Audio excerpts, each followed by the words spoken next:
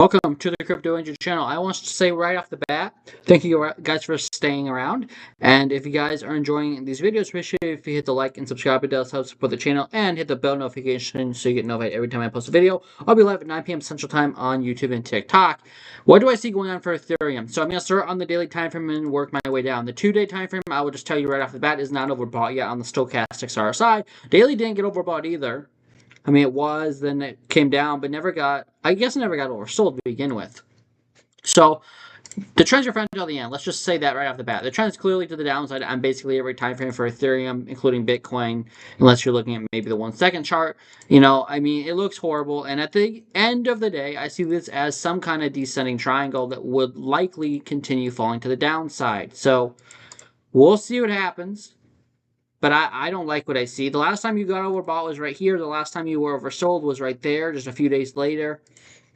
And I'd be so honest with you guys. I see more downside for Ethereum coming down to 1227. I just said on Bitcoin I see new lows coming. If you guys want to find out the lows, go watch the video. I'll link it to this video at the end. But I see more downside for ETH, maybe down to 1200. Your next support, though, below 1700 is 965. Maybe there's a little bit of support at 1400.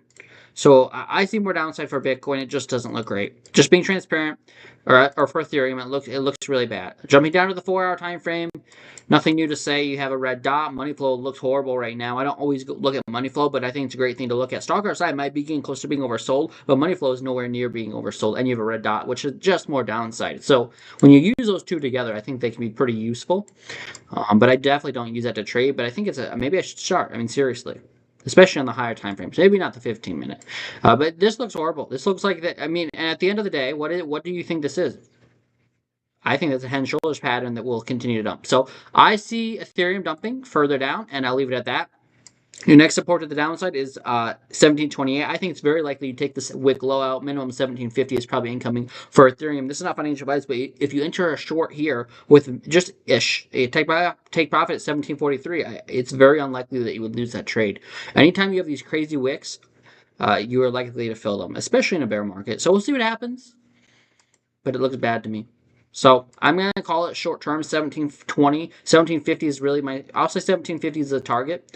And the target probably in the next 1 to 2 months is probably eventually going to become down to, the $1,200 range, if not minimum 1,400. So, I'm not going to tell you what to do, but I see more downside for Ethereum, Bitcoin, and probably a lot of alts will follow as well. That's my update, guys, on the market. If you guys have requests, let me know in the comment section below for new coins. Again, I'll be live 9 p.m. tomorrow. Tuesday night on YouTube and TikTok going over the market. I see Bitcoin going lower, though, before then. Adios.